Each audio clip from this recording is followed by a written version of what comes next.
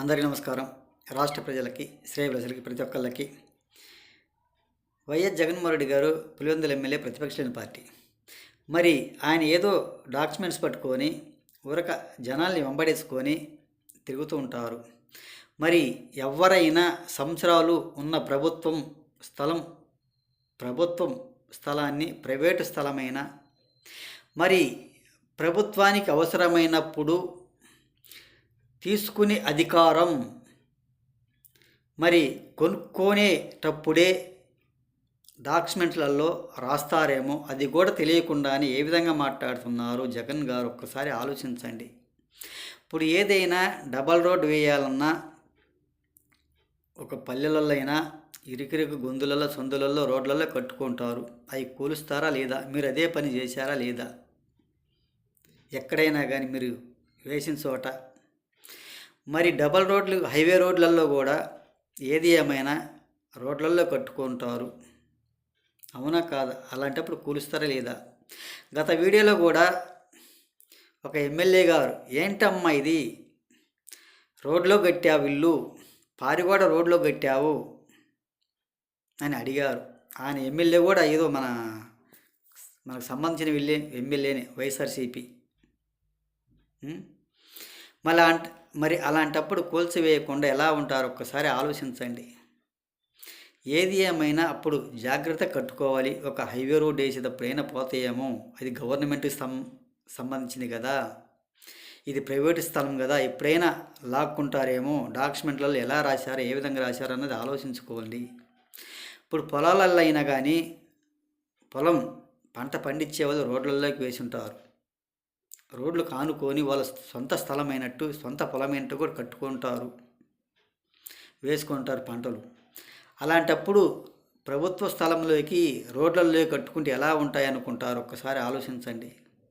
అలాంటివే కదా తమరి గారు చేసింది కూడా అదే కదా. ఇప్పుడు గన్నవరం వెళ్ళటానికి మీరు రోడ్డు వేశారు, మీకు కొట్టివేయకుండా, రోడ్డు వెడల్పు చేయకుండా అలాగే వేశారా? మీరు బీజేపీలో తమరి గారు బీజేపీకి మద్దతు ఇచ్చారా లేదా? మరి బీజేపీ డబ్బులతోనే కదా, కేంద్రం డబ్బులతోనే మీరు గన్నవరం వెళ్ళటానికి రోడ్లు వేసింది తమరి గారు. ఒకసారి ఆలోచించండి. ఇలా మాట్లాడటం అధికారం కోసం తమరి గారు సరిగా చేసుంటే బాగుండేది. తమరి గారు సరిగా చేయలేదు కాబట్టి అదే విధంగా వీళ్ళు కూడా చేస్తున్నారు. ఆలోచించుకోండి. తమరి గారు ఏదైనా కానీ మాట్లాడేటప్పుడు ఏది ఏమైనా అవునా కాదా కొంచెం ఆలోచించుకోండి. అయినా జగన్మోహన్ రెడ్డి గారికి సుప్రీంకోర్టు, హైకోర్టు, ఎన్ని కోర్టులైనా వాయిదాలకు పోకున్నా ఎందుకు ఊరట లభిస్తున్నారో ఏమో తెలియని పరిస్థితి. ఆయన హాజరవుతున్నాడో లేదో తెలియని పరిస్థితి. ఏది ఏమైనా అలా జనాన్ని వెంట వేసుకొని తిరిగితే అధికారం కోసం ఏది ఏం చేసినా అధికారం సాధించుకోవచ్చు, జనాల్ని వెంబటి పెట్టుకొని కాకులాల అరవచ్చు అన్నట్టుగా ఉంటే అది ఎలా సాధ్యమవుతుంది? గతసారి కూడా అదే విధంగా ఉన్నారా లేదా? తమరి గారి పరిపాలన లేదనేగా కూటమి ప్రభుత్వానికి ఓటు వేసింది, గెలిపించుకుంది. ఒక్కసారి ఆలోచించండి. మా పార్టీ, మా ప్రభుత్వం అన్నప్పుడు ఎలా ఉంటుంది? ఓట్ల కోసం వస్తారు, బిర్యానీ పొట్లాల కోసం వస్తారు, తింటారు, ఓట్లు వేస్తారు. వాళ్ళు ఊరకేం రారు కదా.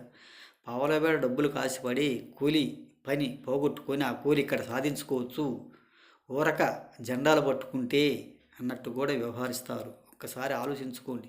వాళ్ళు పూట గడుపుకోవటానికి వస్తారు, ఓట్లు వేసేది డబ్బులు తీసుకొని ఎవరికి వేస్తారో ఏమో తెలియని పరిస్థితి. ఒకసారి ఆలోచించుకోండి